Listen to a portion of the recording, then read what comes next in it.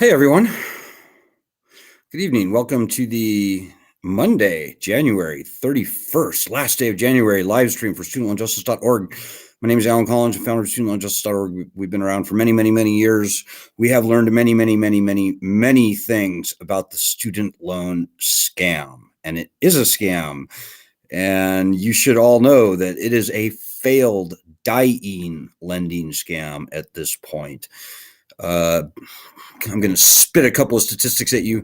Before the pandemic, 64.3% of all borrowers were not paying on their loans. Before the pandemic, the default rate for 2004 borrowers was going to be 40% before the pandemic. It's probably a little higher now. But the class of 2004 was only borrowing a third of what people are borrowing today. So by all rational metrics and measures, this is a failed lending scam. And there's pretty much nothing that anyone in Washington, D.C. Can do to make that not a true statement. The loans are paused now. As I said, 63% of everybody was not paying before the pandemic. Almost nobody is paying now.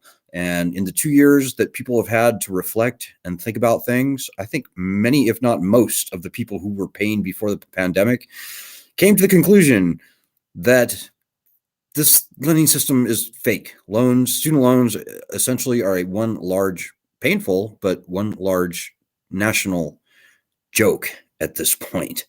So if you can think of a funny joke about student loans, send them to us. You can email me at alan@studentloanjustice.org. Make a funny, jokey meme, because at this point, guys, it's all over but the shouting. The lending system is toast. So, to be fair, this could have a good ending. This could have a bad ending. The good ending is a good, clean death to this lending system. And that would probably entail, well, first and foremost, it would entail returning bankruptcy protections to all student loans. But very quickly, shortly thereafter, it would certainly entail broad, widespread. Frankly, it would be best for total loan cancellation. The president can cancel all federally owned student loans, which is 90% of student loan debt, by executive order. He can do this without needing one penny from the Treasury or adding a dime to the national debt. The taxpayers paid for these loans many years ago. There's no good reason for them to have to pay any more. That $1.7 trillion outstanding, well, 1.6 federal student loans trillion outstanding, that's mostly fake. I mean, it's interest and penalties and fees. Not to mention that not only that, the government has been booking a profit of over $50 billion a year, probably far more than $50 billion a year in more recent years for the past decade. So these loans could, can, and should, and will be canceled, probably administratively. And the taxpayer will be doing just fine. The taxpayer, actually, the Department of Education and maybe its crony buddies and colleagues in the Beltway and around the country, they have made a king's ransom on this lending scam, and it is a scam. So don't trip, guys. We want the clean death to this lending scam. We don't want to go even another year. And with, President Biden pretending that this is a legitimate, viable lending system, it is not. So, hey, guys, I'm doing a late live stream tonight. I wasn't going to do one originally because we did a really good panel, international panel today at noon. Hey, by the way, if you have any questions or comments, throw them out. And if I can see them on Twitter or Facebook, I will gladly respond to them. So yeah, we did a great panel earlier today with the Progressive Democrats Abroad Caucus. Now, we're a nonpartisan group. We love Republicans and Democrats equally. Which is not a lot, quite frankly, either party. So we're a nonpartisan group, but we're very happy to talk to any and all groups: Democratic, Republican, Libertarian, anarchists, whatever. We'll talk to anybody about this. And we're very, very happy. And by the way, thanks to Heather Taylor for pulling this together for us. Had a very good discussion. So I wasn't originally even going to bother with the live stream tonight, but something's really on my mind right now that I want to talk about. And this is an article that came out today in the Boston Globe. So almost don't know where to begin.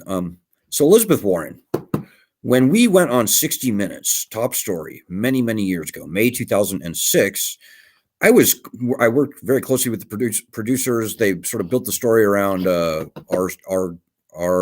group, and we fed many important facts that went into the story. It's kind of my research was a kind of a basis of it, and I strongly encouraged 60 Minutes at the time, which was at that time was 2005. I encouraged them strongly to interview this Harvard bankruptcy professor named Elizabeth Warren.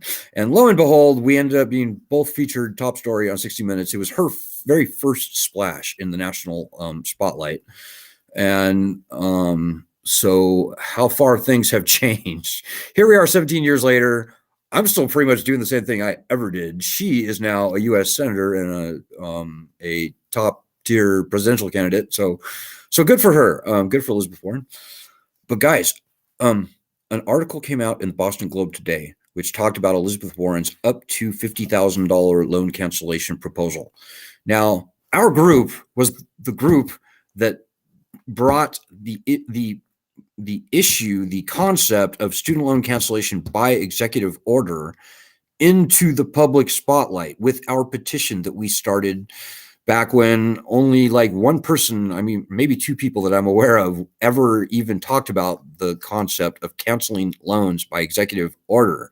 So we are fully on board with loan cancellation. Quite frankly, it's the best thing that can be done right now to quickly and cleanly kill this lending system off and start anew. So you're preaching to the choir, you're preaching to the pioneers even when you talk about loan cancellation by executive order. However, Elizabeth Warren's up to $50,000 loan cancellation proposal is not trustworthy. It's not trustworthy at all. Up to $50,000 is essentially a salesman's term. Up to could mean anything. And if the people in Washington, D.C., most notably the Department of Education and its minions, if they have their way, it will mean almost nothing for almost everyone. So there's a very big danger right now. And we've seen this trick played on us in the past. We've seen this trick foisted on us in the past. The bad guys, the opposition, people making money off of this lending system, they would like nothing more than to foist a fake loan cancellation upon us as a cheap stand-in for the return of constitutional bankruptcy rights. It's a very good reason that the Founding Fathers called for bankruptcy ahead of the power to declare war and raise an army in the Constitution. And this student loan monstrosity is precisely the sort of thing that they were very worried about. So our opposition, and this includes, I'm sorry to say, even some people out there who call themselves student advocates, they are not fighting for students. And I could name names like the National Consumer Law Center, not today, but more like 10 years ago or 15 years ago, with people like Deanne Lunan. And I'm sorry to say, people like The Purge, Christine Lindstrom. I would put Tikas in that basket also, although I don't have any direct proof. They have in years past gone out of their way to kill the push for the return of bankruptcy protections in favor of any number of loan repayment programs. Typically, people like to call them income-driven repayment programs like ICR and Pay and Repay and IBR and Public Service Loan Forgiveness.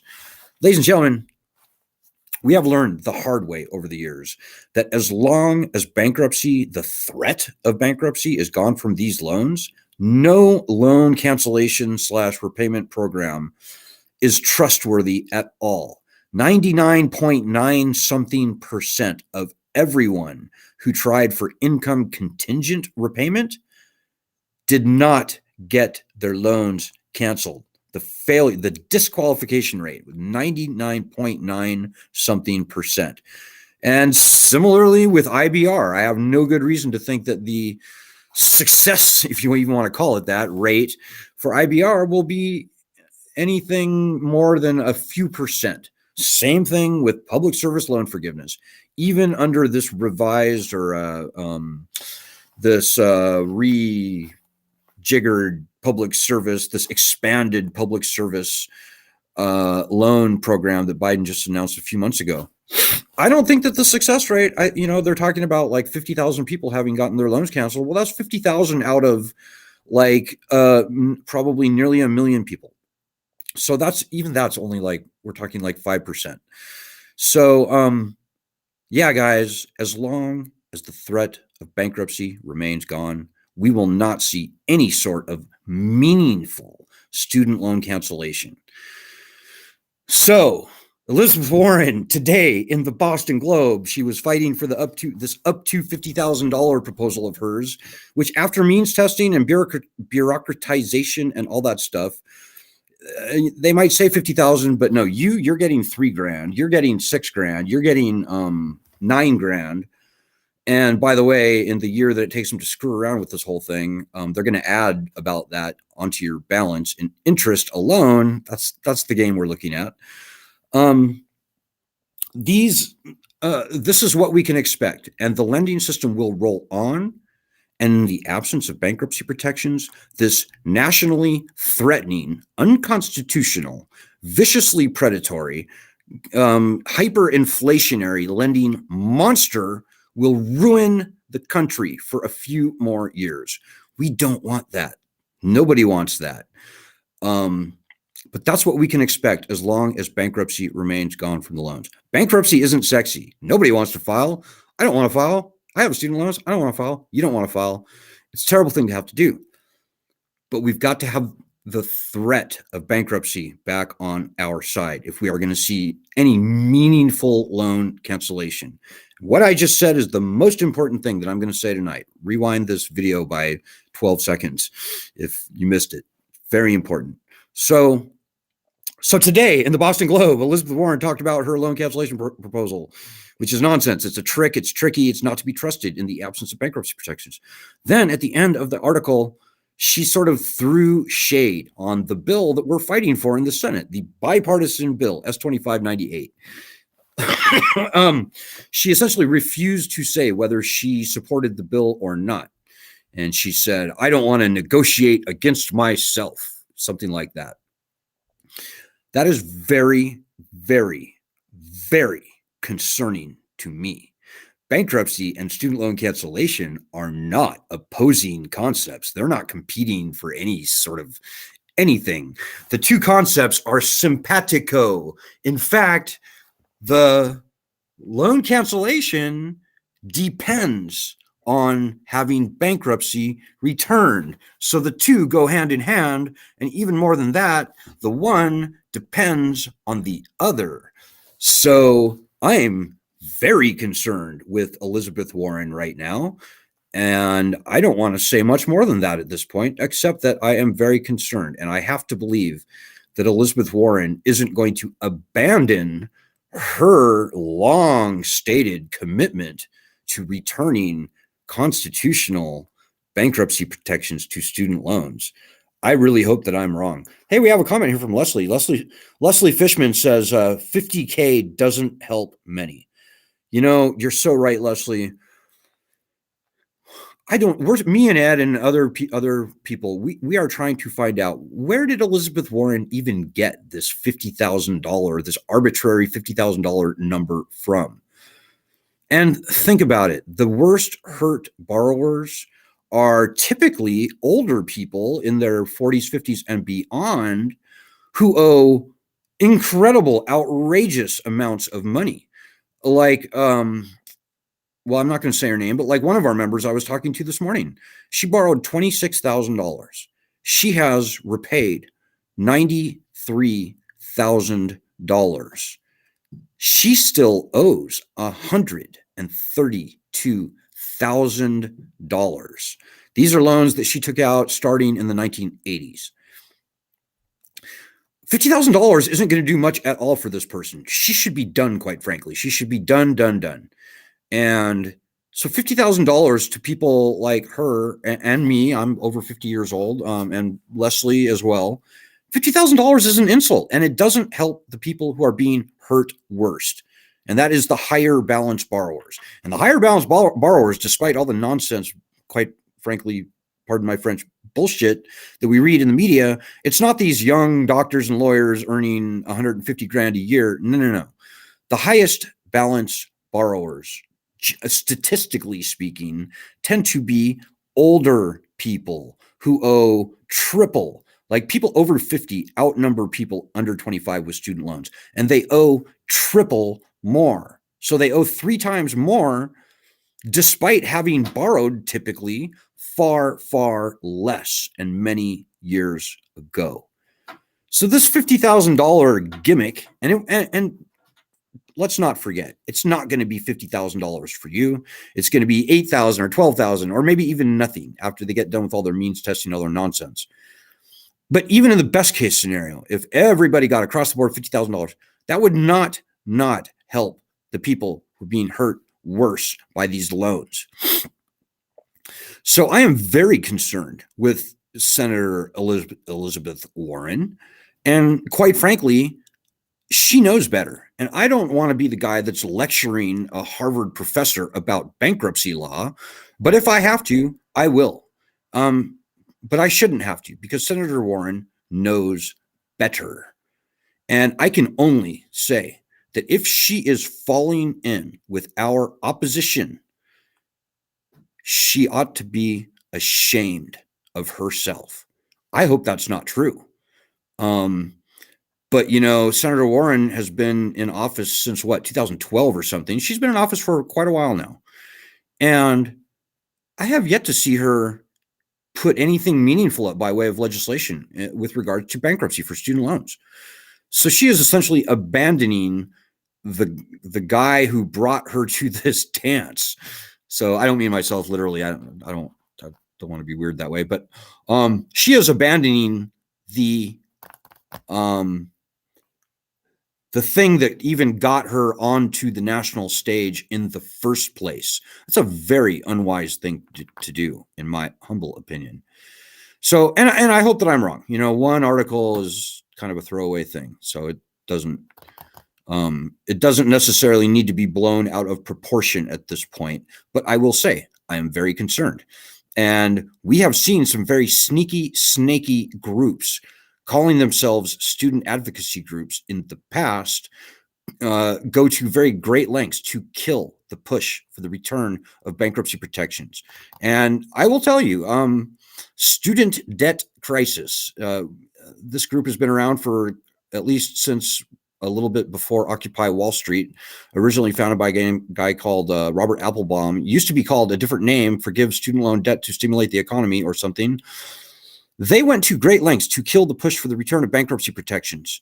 And we noticed, and we thought that was really weird. And we looked into this group, and we found that at least one of the administrators of this group, a girl called Ray Ann Roca, she had come to the group from the war room of this very disgusting, obscene, dark, shadowy lobbying firm called the DCI Group. Google the DCI Group. They are a lobbying firm famous for creating fake grassroots groups on behalf of banks, tobacco companies, energy companies, I think like even foreign nations like Azerbaijan. I don't know. But what they do is they create fake grassroots groups to sway public opinion. And I can't prove it, but I would bet dollars to donuts that they have been paid by who knows who. Could be Sally Mae, could be other people, to kill the push for the return of bankruptcy protections to student loans. And this group, Forgive Student Loan Debt, now calling themselves Student Debt Crisis, they seem to have wormed their way into the good graces of leading politicians like Elizabeth Warren, like Chuck Schumer, and others. So that's very concerning. And I would urge Senator Warren to revisit whatever relationship she might have with groups such as the student debt crisis nonsense group. I could say a lot of other bad things about student debt crisis, but I don't want to make this, I don't want to bring this down in the mud too much. But maybe one last little point is, the last time I spoke with Natalia Abrams, as I recall, she was trying to convince me that the banks deserved to be paid more than full book value by the government for their shitty private loans, pardon my French, that in real life they probably couldn't even get 20 cents on the dollar for. So there's something really not right with this group student debt crisis. And I think if you go to their Facebook group or something, I don't really pay too much attention to them anymore, but they are still alive and active, and they still continue to throw cold water on the whole concept of bankruptcy. And I would imagine that they're still playing all the same tricks they ever played before. They're not fighting for the people, ladies and gentlemen. They are not. That group is not right, and Elizabeth Warren needs to rethink that whole relationship. Same comment for Chuck Schumer. Same comment for any other groups that have allied themselves with this group student debt crisis. So, yeah, guys, it's a battle. I hope that you appreciate the candor with which I am speaking here tonight. This is a battle, and the bad guys are out there, and they come in some very unlikely forms from time to time. And, we got this. Like, all the facts that I mentioned at the top of this broadcast are absolutely and completely true. The lending system is a failed beast at this point, but there are a lot of very well-resourced, well-financed, smart, ambitious, highly capable people that are on the other side of this issue from us. And so we have to stick together and not get distracted by the nonsense. And quite frankly, I would hope that everybody would go to Elizabeth Warren's website right now and send her a message telling her that she had better get right and get back on track to where she started her political career, fighting for the return of constitutional bankruptcy protections to student loans. And to all the bad guys out there who may be watching this, you should really rethink your life, because the jig is up. The scam is over. The people do not have to take this shit anymore. And you continuing to shovel that shit, that's your legacy. Think very hard about what kind of legacy you want to leave this planet with. And I mean that from the bottom of my heart. So, okay, we'll see where this goes, guys. To be continued, obviously. I'll be back on Wednesday. Ed will be back tomorrow. Maybe he'd like to talk. Well, I don't want to steal his thunder, but maybe he'll want to say a few things about his own thoughts on Elizabeth Warren and the bankruptcy issue. But this is getting fun, guys. We need your help. If you forget everything I say tonight, remember that we need your daily help. If you go to our website, studentloanjustice.org, you can see our daily actions. And it's very important that everyone does those daily actions. They're very easy. It's usually Twitter. Takes seconds to do. But yeah, help us, because these are your loans. This is your problem. When you help us, you're helping yourself. And we need everyone helping us, because this fight is not going to win itself. The people in Washington, D.C. are not going to solve this problem for us. We've got to fight for our lives, certainly our livelihoods on this. Don't think that anybody else is going to pull your weight while you sit back and eat popcorn and watch the soap opera and wait and watch and worry and twiddle your thumbs. It doesn't work like that. You got to put your own work in on this block. And that is the most important thing I will say tonight. So get on it, folks. We need you. You need us. You need everyone to help. So be the change you want to make. All that stuff. Let's get this done before summertime, shall we? So I'll see you on Wednesday. Good luck. Godspeed. God bless everybody.